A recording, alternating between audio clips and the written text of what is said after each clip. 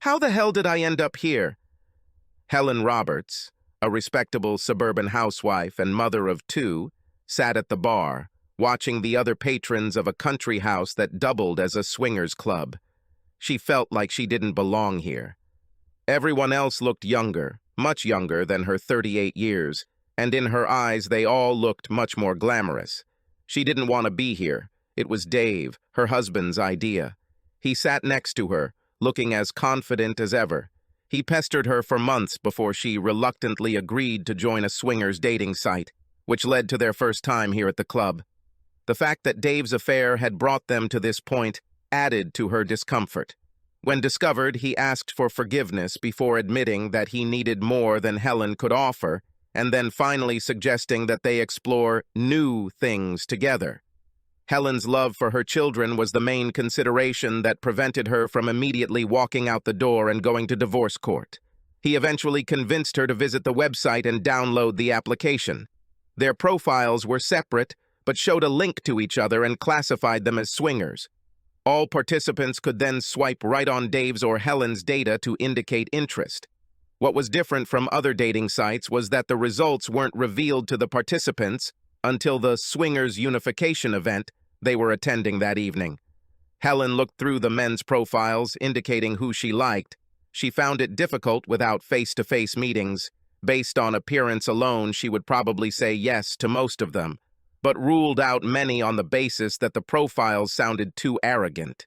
The site enabled private messages, and Helen received some complimentary comments and recommendations, but wasn't sure how to respond, so she just left them.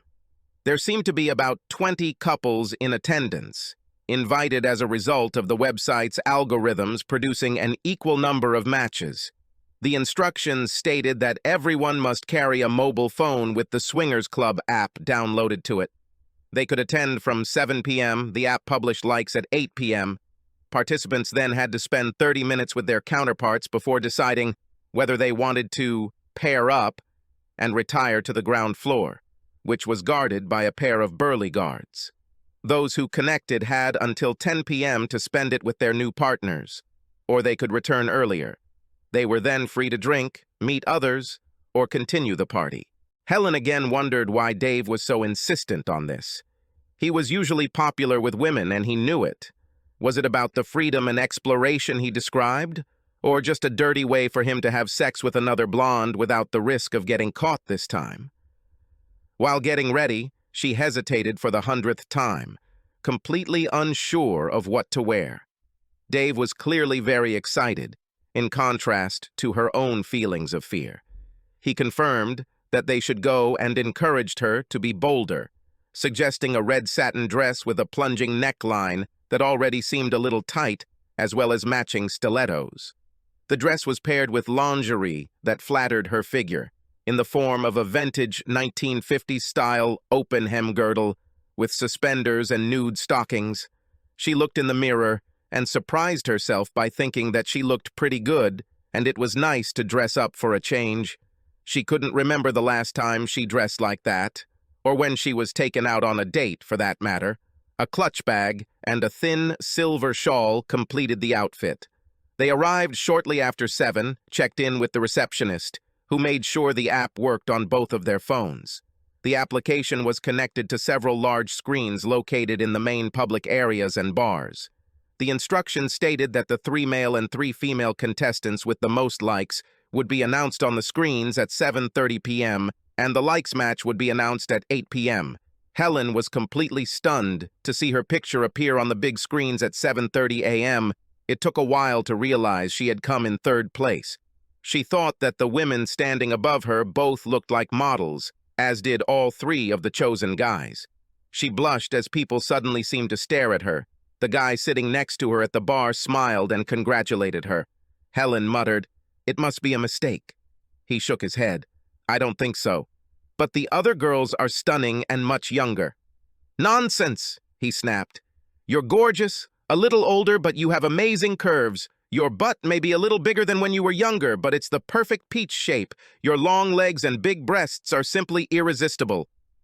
Helen blushed. She was both flattered and offended, but she was in a swingers club, so there was no point in getting upset. She couldn't deny that she felt pretty good about this situation. The fact that Dave wasn't one of the top 3 men added to her sense of satisfaction.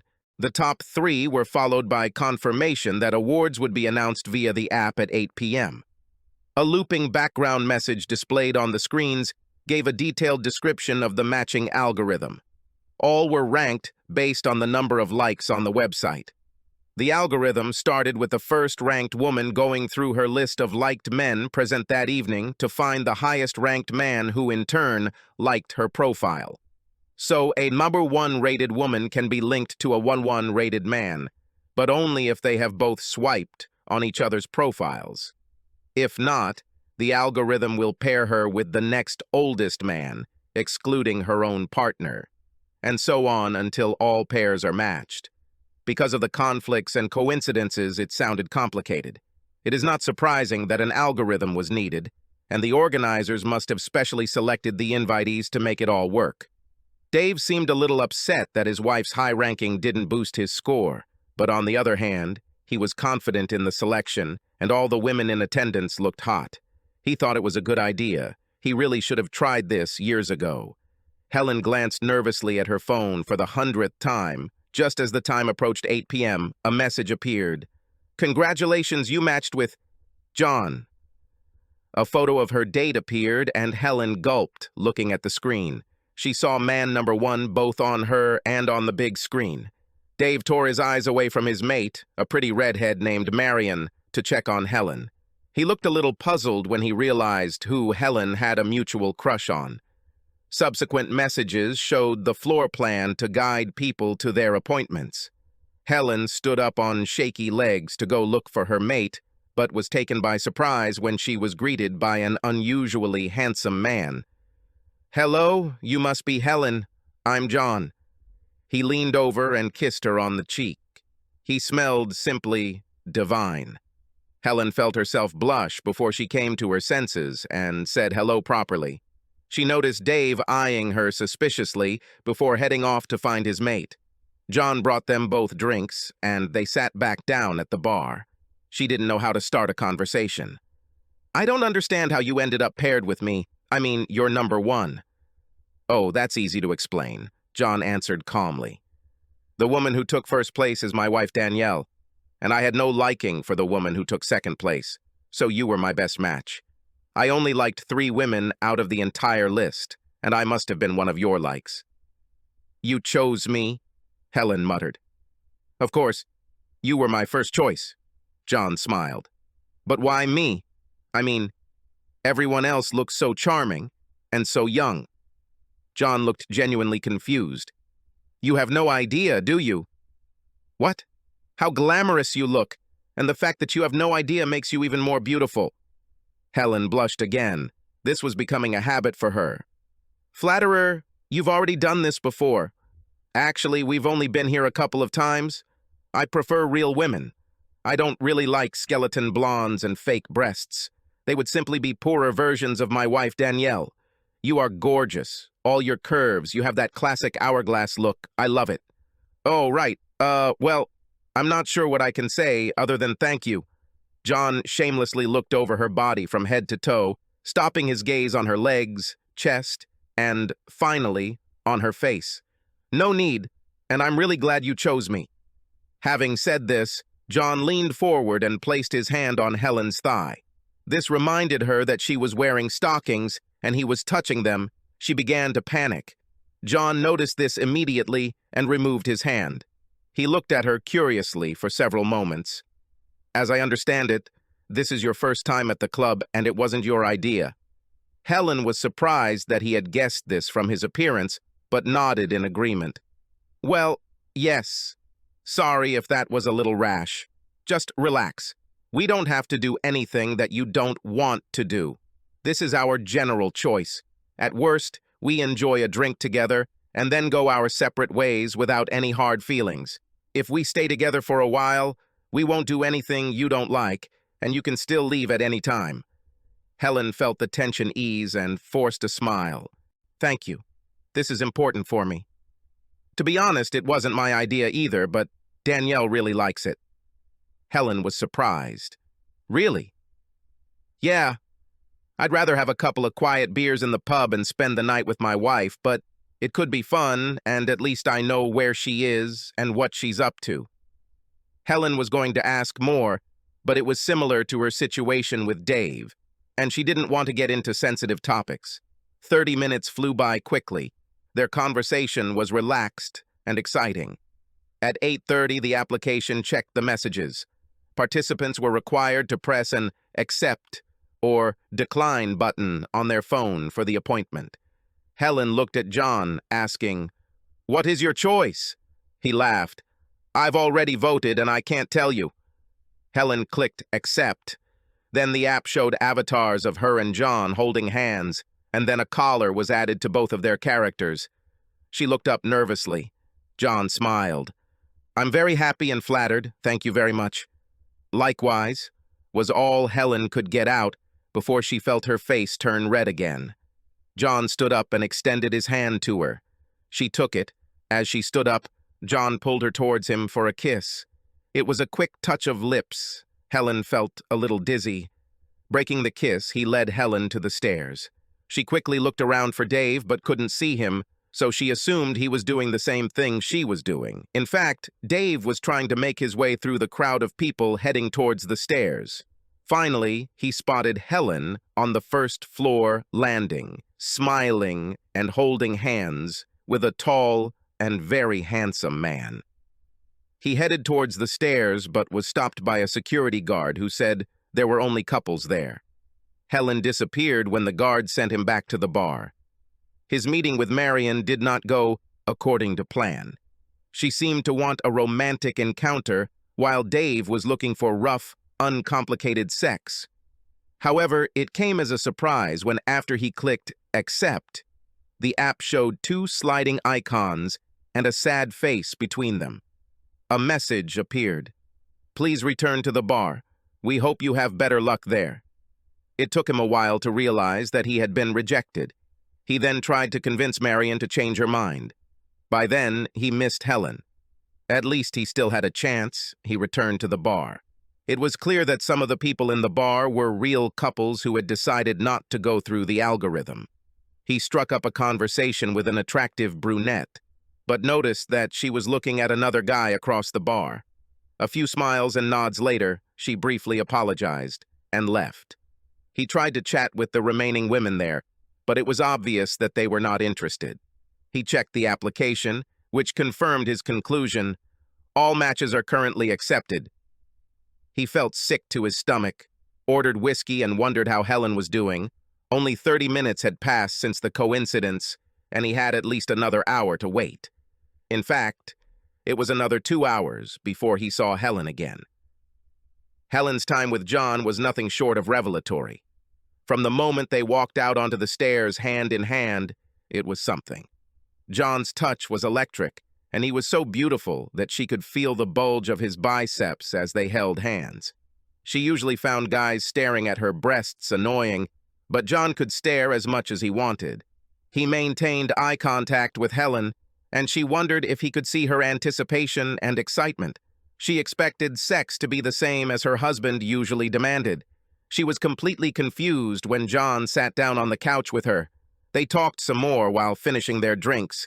They then spent what seemed like an eternity, fully clothed, kissing. Even before she took off her clothes, Helen was excited with anticipation. John stood in front of her and slowly began to undress. She was delighted with his perfect figure. Then he asked her to take off her clothes for him. Helen was not used to undressing under such close attention. Her shawl already off, she reached back and unzipped her dress, holding it to her chest before finally letting go and letting it fall to her feet. Standing in her girdle, stockings, and heels, she suddenly felt very naked and at the same time old-fashioned as she looked at Adonis standing in front of her, who looked as if he had been carved from marble. She thought he was joking when he said, "Wow, you're stunning." But he didn't laugh, continuing to say, "Don't take off your underwear, they're so damn hot." What happened next shocked her. She had never experienced such feelings with her husband. Helen was so overwhelmed by the new sensations that engulfed her body that she was afraid she might lose consciousness. Together, They reached the final climax more than once. Did they have sex or make love? Helen wasn't sure, but it was definitely more than sex. There was connection, feelings, and emotions. She had no idea it could feel this good. Unlike Dave, John was very attentive and gentle, ensuring that they both had equal pleasure. It was such a contrast with her husband, who always felt like he was taking something away from her. She found herself comparing her husband to John, and the comparison was not at all flattering to Dave. After a long period of affectionate hugging, they eventually stood up and began to get dressed. Helen found herself smiling at what they had just done, while John watched them part with something akin to regret. "I have to see you again."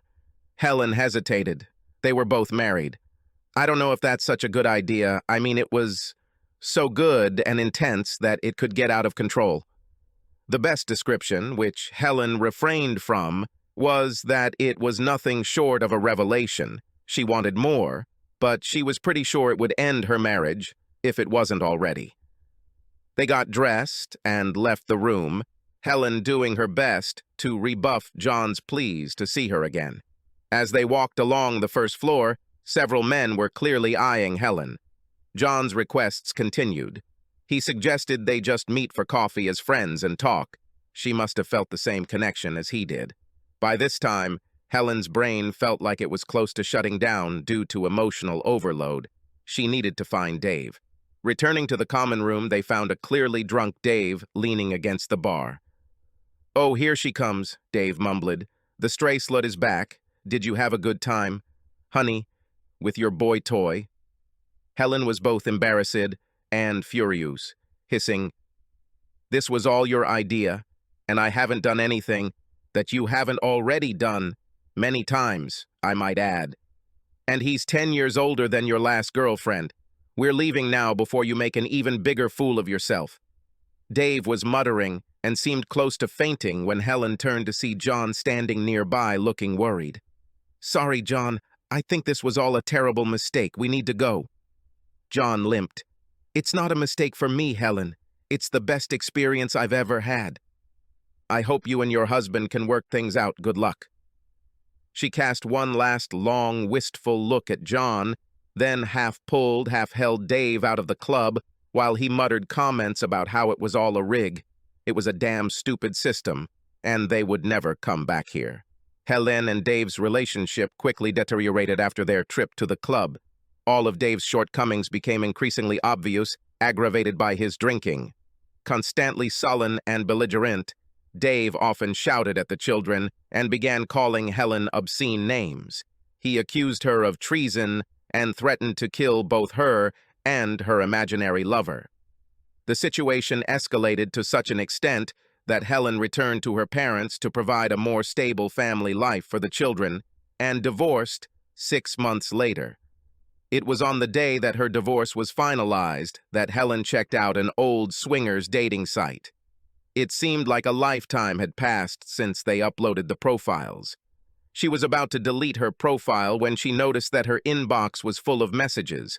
She noticed more than 40 emails from one source, from a man whose profile was no longer linked to Danielle, his apparent ex-wife. Helen deleted her own link to Dave's profile and thought about replying to the last message. "Dear John, subscribe to our channel so that your second chaff doesn't cheat on you, and go ahead and listen to the next story, because this story is nothing compared to the next one. If you're under 18, don't even think about listening to the next one."